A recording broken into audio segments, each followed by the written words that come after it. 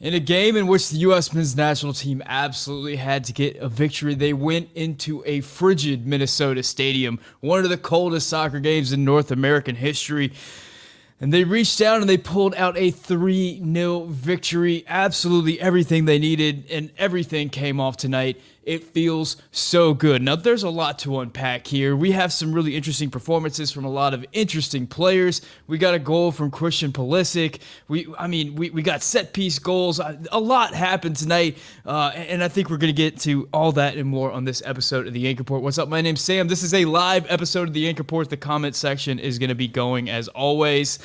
So we're going to be recapping the U.S. men's national team versus Honduras game that just ended. Now, the first thing we have to talk about is the weather. And, I put out a tweet before this game, win, lose, or draw. This was a terrible decision by the United States Soccer Federation to put this game in Minnesota in February whenever we knew that this could potentially be the outcome and really endanger a lot of people. I mean, it endangered the athletes on the field, but also all the support staff, all the broadcasting people, the media, all the fans, all the police who had to be there, all the medical staff, everybody got put in a tough position, man. And I understand that there's been NFL games that have taken place in temperatures like this, but U.S. Soccer could have played this game anywhere, and there's like stadiums within a 50-mile region that they could have put this game in and not endangered anybody. And in fact, the U.S. would have, because the U.S. is the better team, it would have been fine for the U.S. to play this anywhere. We would have had more of an advantage. We actually put ourselves at a disadvantage, endangering all these people, putting them in these conditions. But thankfully, it looks like none of the players suffered any type of injuries, and so we get the win and we move on. Let's start with the lineups because I see a lot of folks in the comment section already talking about Luca de la Torre because of the night he had. We had Matt Turner starting in goal. We had Reggie Cannon as the right back. Walker Zimmerman and Miles Robinson returned as the center backs. Jedi out on the left flank as the fullback. Kellen Acosta gets to start at the 6. Luca de la Torre and Weston McKennie were the 8s. Tim Weah, Ricardo Pepi, and Jordan Morris were the front line. And I think we started with Luca de la Torre because that's where everybody's talking about right now. And I'll say this. He had a really good game. He did a very good Yunus Musa impression where he was able to take the ball from the defense and run straight at the offense for the attack. I think he's a little better than Yunus Musa in the final third, and there were some nice balls here and there, especially that last one to Christian Pulisic. I will say this, and I would say this for Luca de la Torre and for all the other players on the field tonight. That Honduras squad was not very good. It was not a very good team.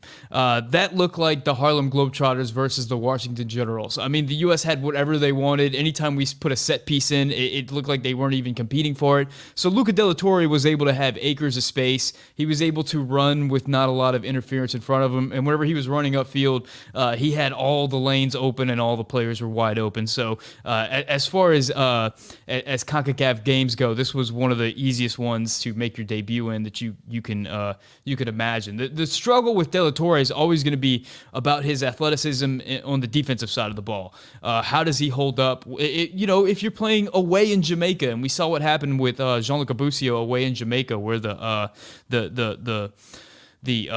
physicality of the game was a little bit too much for Jean-Luc Abusio. That's where Yunus Musa shines, because Yunus Musa is a athlete that can hold himself on the field. He can chase down fast players. We saw against Canada.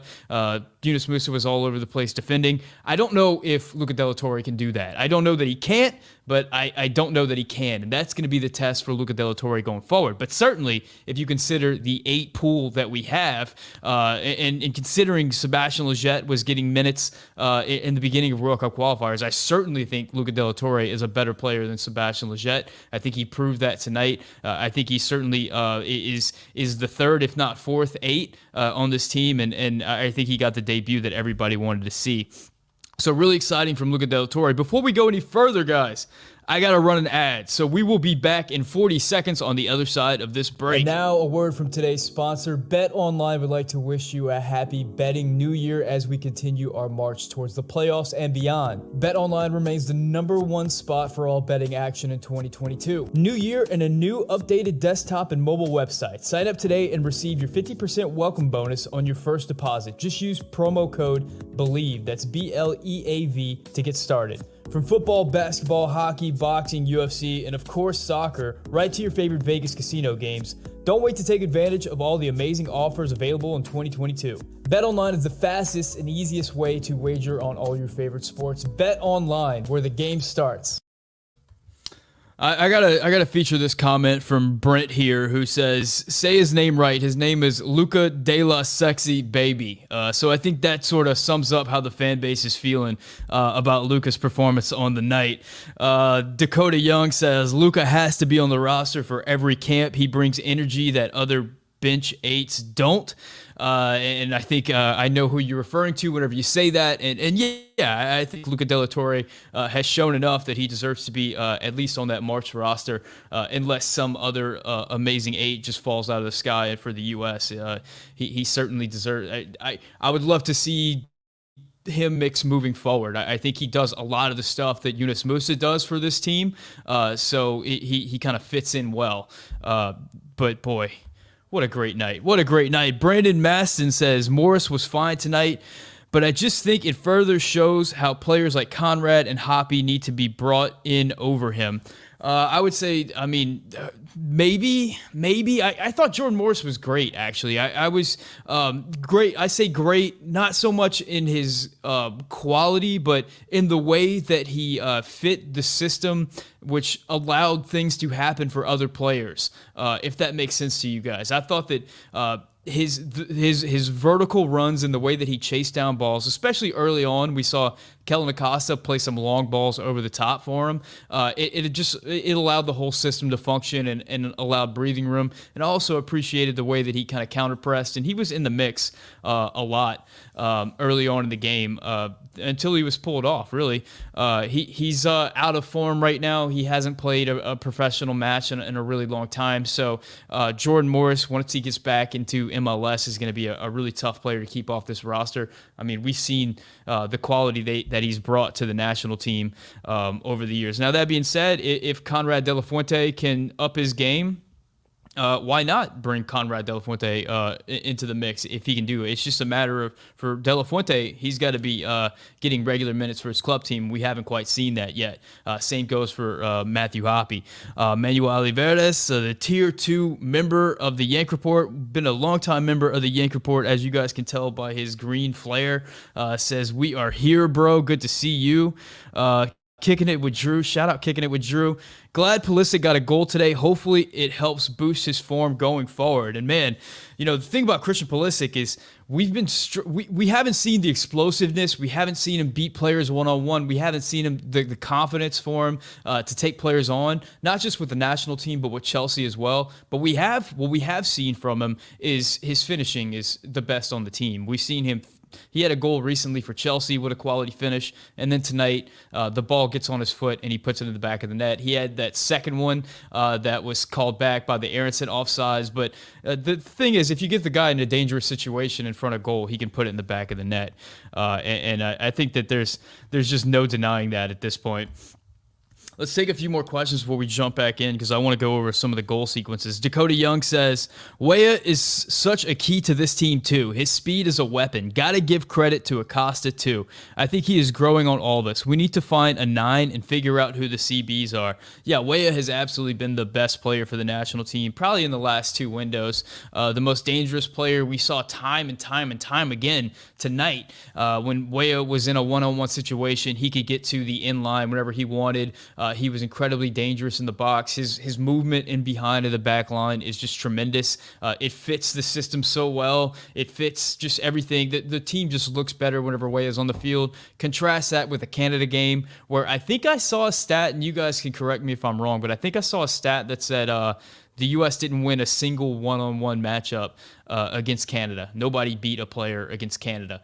Tim Weah just beats everybody that was in front of him tonight. So great performance from him. Yeah, I think we still got to figure out who that 9 is. Hopefully it's Ricardo Pepi. Hopefully he gets back to his club at Augsburg and just kind of hits the ground running there as we head into the March window. Maybe Josh Sargent, after his 2-goal game for Norwich in the last game before the window, maybe he carries on and gets back into the mix. There's every possibility there. But yeah, I think having a 9 is going to just change the way this team is able to perform. Guys, let's talk about the goals. Let's talk about the goals, because Whew, I was so tense. I was so tense, not just before the game, but like since the Canada game, I've been so incredibly tense because just how important this game is. And whenever that ball hit the back of the net off of Weston McKennie's head, I felt like a sunny side up egg being cracked, like the yolk being cracked on like a Sunday morning breakfast, and like the yolk just oozing everywhere. That was the pressure being released from my body. It was a long time coming. So in the 36th minute, Kellen Acosta delivers a set piece to the near post. Morris redirects it into the mixer. No, that's the second goal, right? Zimmerman finds it at his feet and puts it into the back of the net. Yeah, that's the second goal. The first goal was at 7 minutes and 30 seconds. Acosta delivers a set piece to the near post. McKennie finds it and heads it in. McKennie has been deadly on set pieces for a long time. We've seen it at Juventus. He's been getting his head on everything lately. In the Canada game, it didn't find its way in the back of the net, but this one it did, and we needed it so badly. This goal was important for a lot of reasons. I mean, first of all, it really took the monkey off the backs of, I think, not just the players, but I think the stadium woke up after this. But I think, secondly, and maybe more importantly, it was Kellen Acosta's delivery on set pieces tonight was just incredible. It's phenomenal.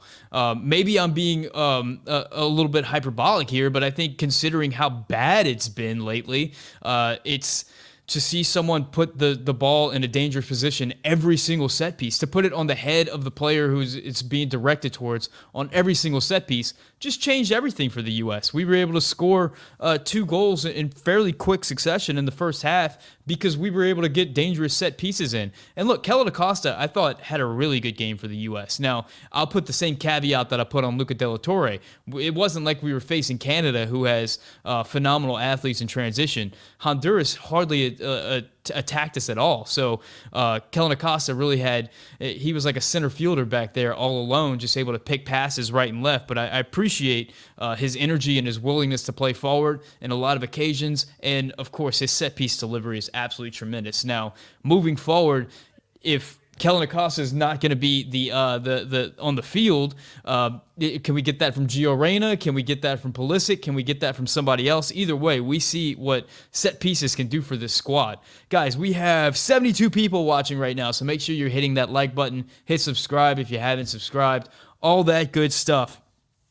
Just a tremendous night for Weston McKennie, and just when that goal hit the back of the net, I think I speak for everyone whenever I say just like, whew, that was a relief. Let's get to Dismissed, who says, I would say the only problem with Luca this game was that he didn't use speed to get himself or others quick opportunities in the final third that Honduras could have allowed by. Now, the big thing against Luca de la Torre is his athleticism, is his speed. He's not a very quick guy. He was originally a winger out at Fulham, and he just doesn't. He's not a physically gifted player. That's just not who he is structurally. So yeah, that defending in open space and running up the field are always going to be just limitations from de la Torre. But I don't know. We'll have to see de la Torre against a better team moving forward to kind of see what his ceiling can be within this national team. And I think we'll get opportunities. I think after the next window, if the U.S. qualifies, which we're a lot closer to doing now than we were before this game, we'll be able to get. I think we'll be able to take on some tougher competition and kind of see where these guys stand in that regard. Manuel Oliveira says, thoughts on Acosta and set pieces. Way better service than previous games. Yeah, I was just talking about it. I mean, the set pieces all night, both his corner kicks and his set pieces were tremendous and were a huge asset for the U.S. men's national team tonight. Let's talk about the second goal. In the 36th minute, Acosta delivers a set piece to the near post this time. It was like the flip side of the field, but he put the set piece in the exact same position. Morris redirects it back into the mixer. Zimmerman finds it at his feet and passes it into the back of the net. Another moment, I was kind of singing Morris's praises earlier, and the thing that Morris gives you, of course, he doesn't have the ability of Christian Pulisic or Tim Weah or guys like that, but he is an older player. He's a veteran player, and he fights, man. He fights so much, and this goal was a result of Jordan Morris kind of fighting and like winning a ball that maybe he shouldn't have won. So he gets to the front post before the opposition and is able to win it back into the mixer, and it somehow finds its way to Zimmerman's feet, and he's able to put it into the back of the net. And it's 2-0 U.S., and we finally get those sought-after early goals. We go into halftime with the lead, and it's just smooth sailing for there. Whew, that was such a nice moment. I think that was the moment where like all the blood returned to my body that had been missing for a few days, and I was finally able to breathe. It felt like walking out of a massage or something like that. Wonderful from the U.S. Alexandro Sandoval says, worried about Pepe? I'm not worried yet, man. I'm not worried. He's a 19-year-old player. He just moved to a new club. He's going to need some time before he can settle in. And there's not a lot of super reliable 19-year-old strikers out there in the world. He's going to take some time before he becomes the player that he's eventually going to be. So we'll see with Pepe. I'm not worried about him yet, and I think we do have some players out there who are in positions that can contribute to this team. I think when DK returns to injury, I don't know what the timetable of his injury is, if he'll be available by the March qualifiers, but DK's an option. Josh Sargent just scored some goals. Maybe he can get back on his feet. So we'll see what happens there. Let's get some more comments. Jake says, service was great. I really like Acosta, despite being 50-50 on his skills. That said, if the opponent isn't guarding the near post, a set piece is much simpler. I mean, part of it is the opponent not guarding the near. I don't know. I don't know if I can even say that. I've seen in the previous games, like the games against Canada, players were making runs into that position. It's just we couldn't hit them with the set pieces. I mean, we couldn't get over the first defender. Acosta was nailing the spot every night. He was putting it right on their heads. We've got some really, really good players in the air. Walker Zimmerman, Miles Robinson, Weston McKennie are absolute animals in the air. If you can put it in their general vicinity, they can do something with it. It's just been, how do you get it in their general vicinity lately? That's been the issue. And boy, you saw what happens whenever you put it on these guys' heads. Manuel Oliveira says, do we need to call PFOC instead of DK? Or Ferreira and Zardes? Well, I would say, first of all, I liked Ferreira, especially in that in the first game whenever he started. I thought he did some really nice things. I think he's a really good player. I think Berhalter likes him, and I think he works well in the system. And I think if he gets more time and opportunity on the field, he's a tidy player. We'll see how that actually contributes to whether or not he can start scoring goals for the national team. I think we'll all think back to that missed opportunity against El Salvador and hold that against him for a long time, but I don't think that that's really fair. Everybody misses chances here or there. But as far as PFOC, I don't know. Greg Berhalter just seems to not really like PFOC. PFOC is not a super dynamic player. PFOC is a player that is going to be a target forward. He's going to win balls in the air, but he's not going to contribute a lot to the possession game. He doesn't make a lot of dynamic runs in behind or anything like that. He pretty much just stays up against the two center backs, and that's not really what Greg's looking for in his offense. There's been a lot of rumors about PFOC potentially transferring in this window. I know that there was a rumor connecting him to Venezia, but then that went away. So maybe he gets a move or something like that. But as of right now, it does not look like PFOC is someone Greg wants to bring around into this national team. Yeah, a lot of love for Acosta on the set pieces, and deservedly so in this game. Gabriel Gonzalez says, how about Gio at striker? He finishes great at Dortmund. Everybody wants Gio to play every position on the field, and probably for good reason. I mean, what a tremendous player.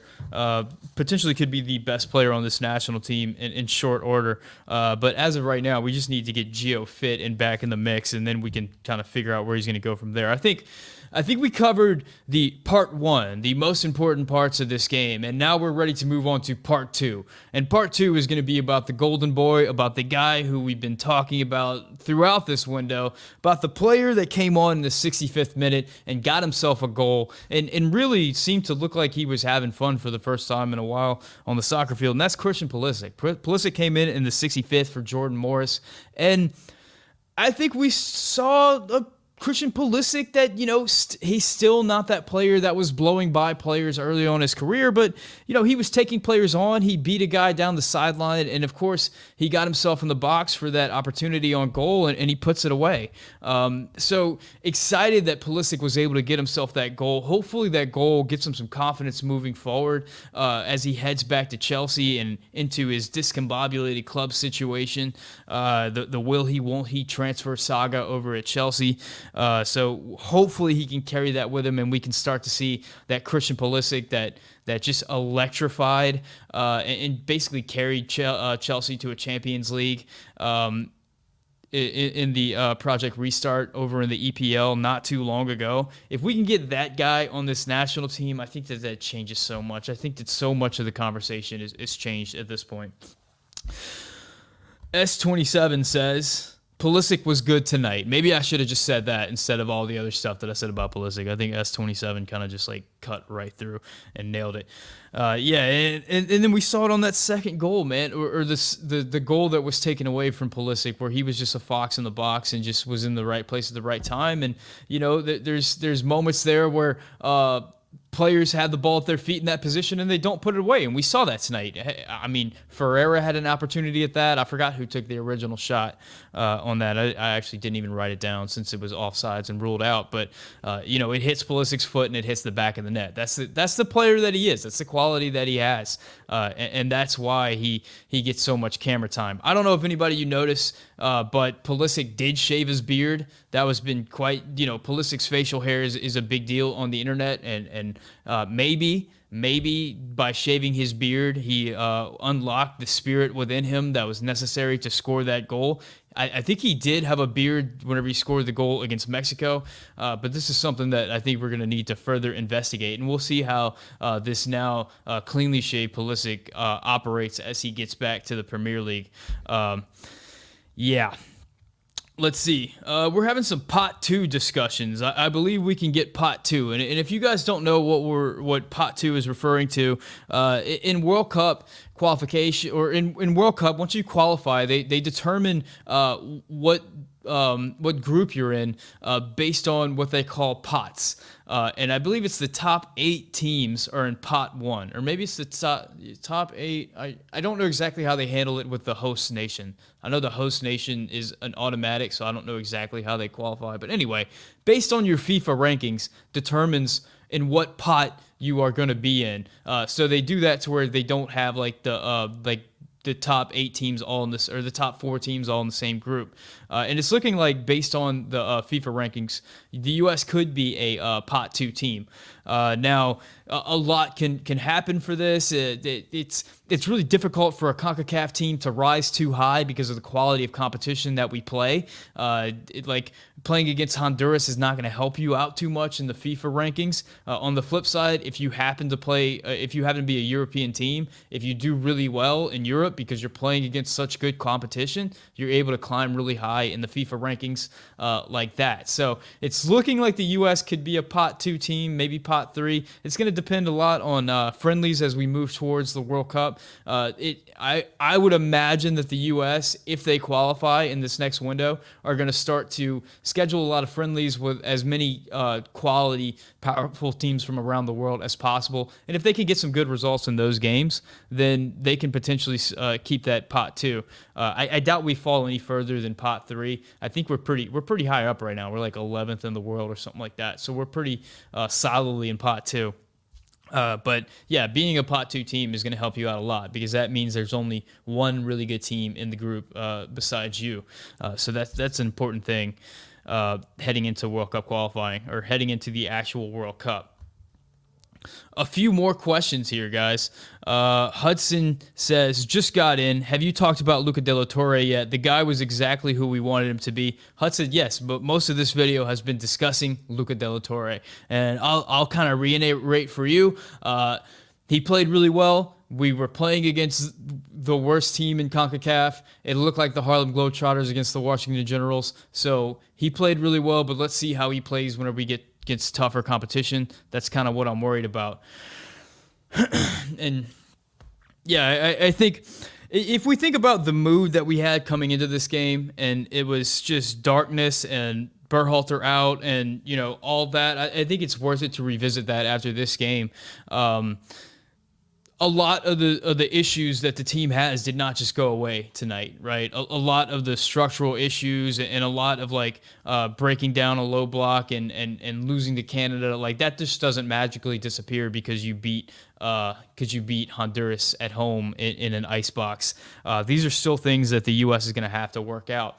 And I think we made it a lot harder on ourselves in this window playing in these really cold games because it looked like, especially in that Canada game, those long balls were real hard to hit. And we didn't see many long balls tonight. I mean, there was one nice ball from Acosta over the top, but I think that those long balls are really important for this offense. Those switches of play, because often we're trying to unbalance the opponent through positional play. So that means creating overloads on one side of the field, quickly moving it to the other side of the field, and attack that space that the defense has given up. And if you can't hit a long switch and quickly move the ball to the other side of the field and exploit the space that you've created through your positional overloads, then your whole offense has fallen apart. And I think we saw a lot of that against Canada because we're not able to move the ball quickly. Now, did that go away tonight? Absolutely not. We didn't see many switches tonight. I didn't see a whole lot of the system tonight.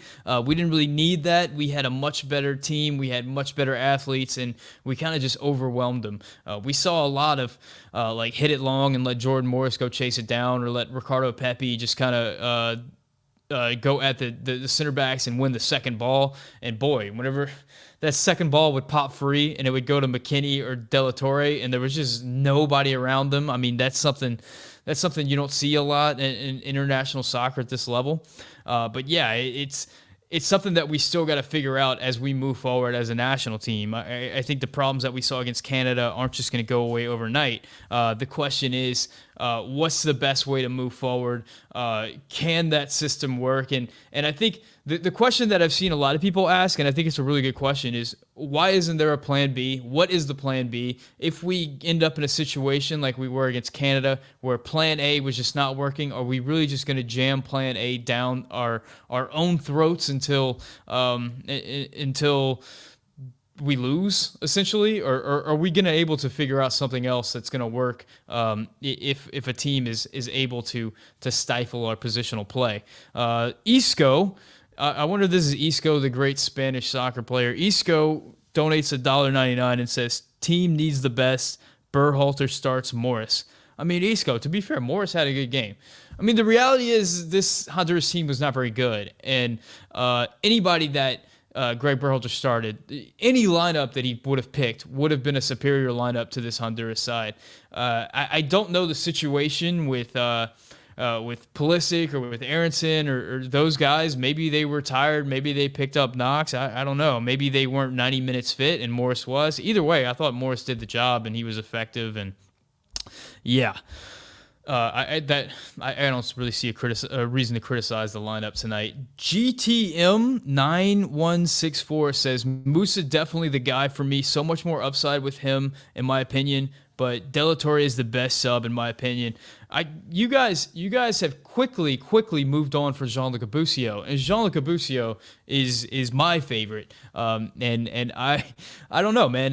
De La Torre, what is he? 23, 24 years old, something like that. He's playing at a fairly low level squad in the Dutch league, and compare that to Jean-Luc Busio, who at 19, 20, 19. I think he's 19. 19 is bossing the midfield for Venezia in the Serie A. I think Busio has a tremendous upside, and I wonder how much better he can get in the months leading up to the World Cup. Prior to this window, it seemed like Busio was going to be that third 8. It looked like it was Yunus Musa 1, Weston McKennie. Yunus Musa and Weston McKennie were the starters, and Busio was that third guy. I don't know if De La Torre has since jumped over Busio because of his performance in this game. I have a feeling he hasn't. I don't think it was a big enough sample size to really say that. But I do think that Gianluca Busio is definitely still in the mix. Supreme J says Busio chemistry just hasn't shown with the national team. Guys, we got to consider the quality of the opponents in these games. Gianluca Busio started a game against a very strong, very physically strong, very game Jamaica side, and I mean they flat out beat us up in that game.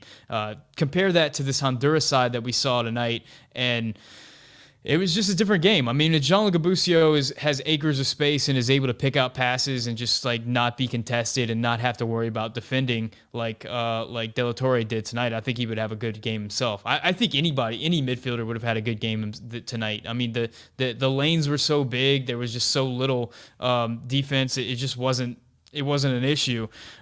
So. We got to consider the quality of the competition. I think that De La Torre is a great player. I think he's in the mix. I think he's one of the 4 midfielders right now, but we got to consider the competition. If he has the same game that he had tonight in the Azteca in the next World Cup qualifier, if he does it against Panama in the next window, then now we got something. Now we're excited. But as far as this Honduras team, I mean, Acosta had a fantastic game, and I'm not about to say that Acosta is like some great midfield maestro. I mean, Acosta had a really good ball over the back line to Weah, or probably the best pass of the night. Acosta was fitting in passes all over the place, but he's playing against Honduras. He didn't have a lot of pressure on him. We got to consider the opposition whenever we're talking about this. Let's see. Let's answer a few more questions before we head on out.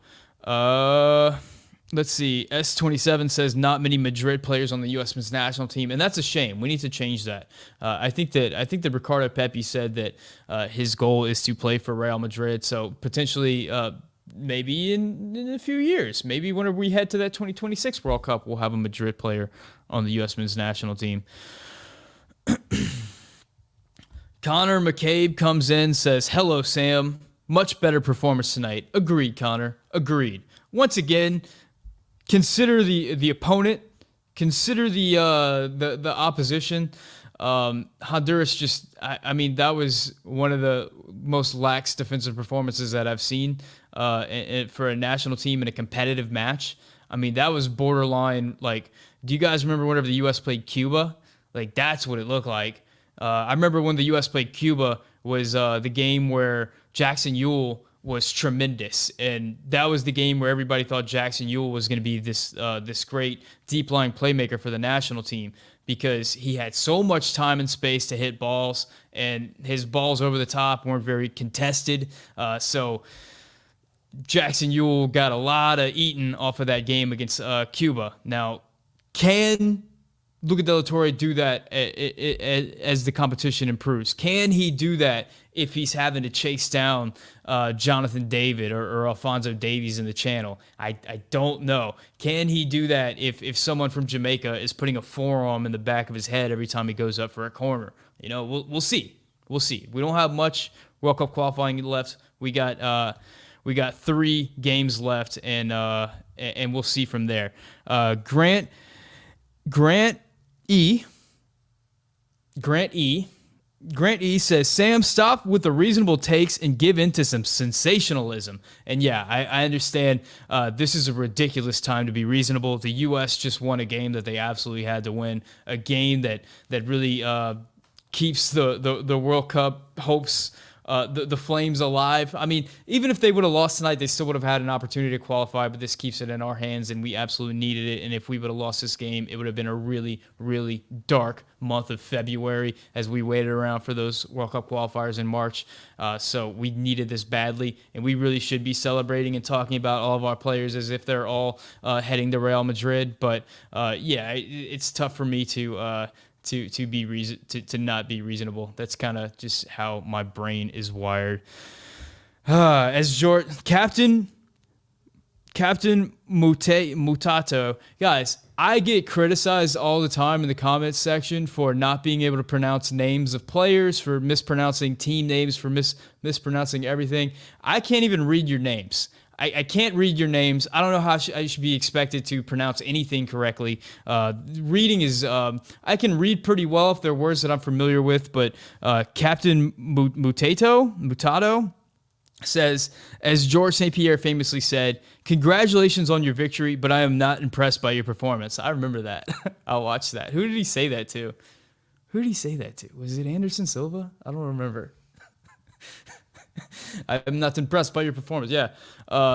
Yeah, we got to take this game with a grain of salt, guys. Really excited, but it's not like suddenly Greg's offense works really well, so all of our problems are answered. Pulisic's back in the mix. You know, like this was a really bad Honduras team that we beat. We needed to beat them. We needed to beat them decisively. We did. We didn't allow any opportunities from Honduras. I think that the possession was over 70% for the U.S. We had chance after chance, and we put them in the back of the net. We did not need a team full of European stars in order to win that game. We could have beaten that team with, pick anybody off the roster, and we could have beat that team. We had a competitive advantage there. But, yeah, it was an important win for us, but we got to consider the opposition and not be crowning any players off of this game. Matthew Reynolds says, don't come to the channel if you don't want reasonable. There are other, we don't need to insult other YouTubers here. That's not what this is about. That's not what we're doing here, Matt Reynolds. Shout out Matt Reynolds. Always has really good comments in the comment section. Let's see. Joe Crusher, longtime Yank Report commenter, says, Canada was like watching a car crash in slow motion. This game was like watching puppies get adopted. Felt good. Yeah, you're right, man. That Canada game, I kind of remarked in the 60th minute that this Honduras game felt like it went by like that. That Canada game took 4 hours. That Canada game took forever. It was so slow. The game felt as slow as our offense did. And I'm watching Mexico has a chance. Oh, I thought Mexico was going to put one in there. Jimenez had a nice ball in behind. I thought he was going to get it. We really need Panama to lose tonight. By the way, guys, if you're looking for a little bit more soccer tonight on Paramount Plus, you can watch Mexico El Tri take on Panama. The Canal, what are they called? The Canal Men? Canalteros? Something like that. And we really need Mexico to win. If Mexico wins, then that's basically a 6-point cushion that the U.S. just got over Panama. Now, Costa Rica is still hanging around. Costa Rica is making things complicated. But at the moment, the U.S. is sitting in high cotton. And if Mexico can win this game, then we're going to be in real good shape as we head into that next window. Let's see what Jake has to say. Yeah, Matthew, it comes down to style.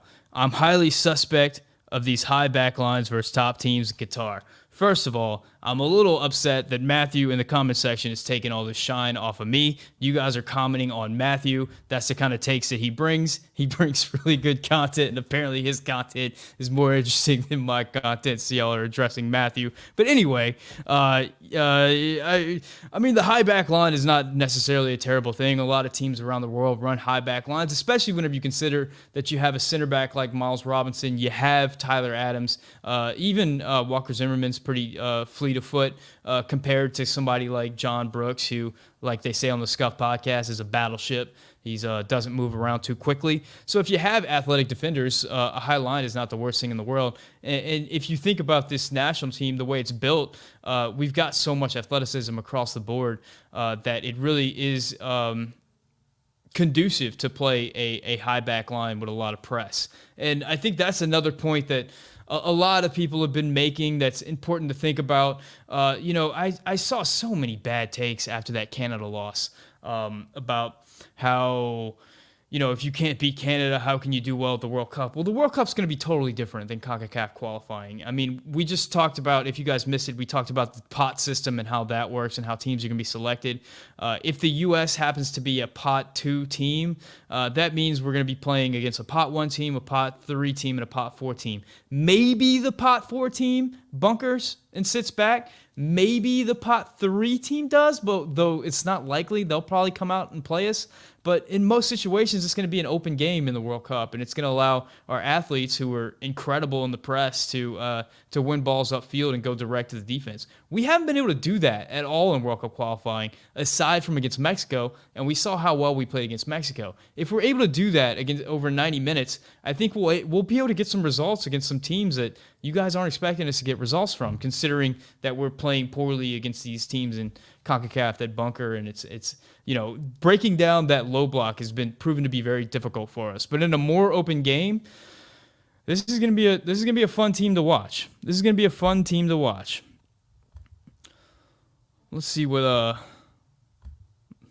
Mitchell Steele says. Hello, I'm from Saskatchewan. That's cool. Good for you. Good for you. That's what I'm talking about. Matthew Reynolds says, Zimmerman for me is the standout at center back. Richards is young and looks it. Robinson is young and looks it. Miazga keeps making bonehead mistakes like he's 18. Brooks can't go forward at all. The Zimmerman's been really good. I think Miles Robinson has been really good too, aside from that play against Canada. I don't want to put too much stock in one bad play. I mean, center backs, it's that position where, if you make one mistake, then suddenly the ball's in the back of the net and everybody's looking at you. I do think that Zimmerman has been really good, particularly in the air. And in a game, and especially in CONCACAF, whenever you're having a lot of teams play long, and Zimmerman can just win everything in the air and be dominant like that, tremendous player to have back there. If you're playing a more open game, that's going to be the question for Zimmerman, if he can defend in space. We've seen Miles Robinson defend in space really, really well. I wonder if Walker Zimmerman gets some interest from overseas. Everybody else has been getting interest from overseas. I know he's a little bit older, but older relative to national team age is not older relative to the rest of the international soccer world. So, it's why not? Why not Walker Zimmerman? He's been really good. Mitchell Steele says, and Mitchell Steele, all caps, unnecessary, bro, unnecessary. Nobody else is doing all caps. We don't have to do that. We can allow our capital letters to function for us, in the sentence. If you want to emphasize something, go ahead. But whenever we go all caps, it's just, it feels like I'm under attack. Mitchell says, it's negative 10 degrees in Saskatchewan. I'm mental condition of letting you know. Well, thank you for that. I appreciate that report from Saskatchewan. Guys, I think we're about to wrap it up. We're getting some weird Saskatchewan takes that I don't think anybody wants or needs right now. I'd like to jump into this Mexico versus Panama game and really watch that. Thank you guys so much for watching. I mean, what a relief. What a happier comment section. Just a happier... It's going to be a happier week. I'm going to sleep really well. I think all of you will too. What a nice time. A great game from the U.S. just to wrap it up. In frigid temperatures, whenever the backs were against the wall, they came out and they took care of business. They got the result that they needed, and we're in position to qualify for this World Cup. If they can beat the Canal Men in the next window, and maybe they'll need another result here and there, but I think beating Panama will be what we need to get the job done. And once we get it done, then we can start thinking about the World Cup. Filmed on an Android? What? Colo? Yeah, I see my little connection emblem is showing that I have a poor connection right now, so it's probably messing up my video. I promise you this is not an Android that I'm filming on. All right, guys. Y'all have a good night. Thank you for coming out. If you haven't yet, hit that like button. If you want to subscribe to the channel, you can do that. I'll be releasing... I have behind-the-scenes content for members. I have some other videos that I just... don't think I need to release out to everyone in the member section, so there's some cool stuff in the member section. Shout out to Mike Irish and Manuel Olivares for being my Tier 2 members. Manuel was in the comment section tonight, so always good to hear from him. Guys, thank you so much for watching. Si puede hablar español, dígame un comentario en español. For everyone out there watching tonight, my name is Sam, and this has been the Yank Report. Let me hit that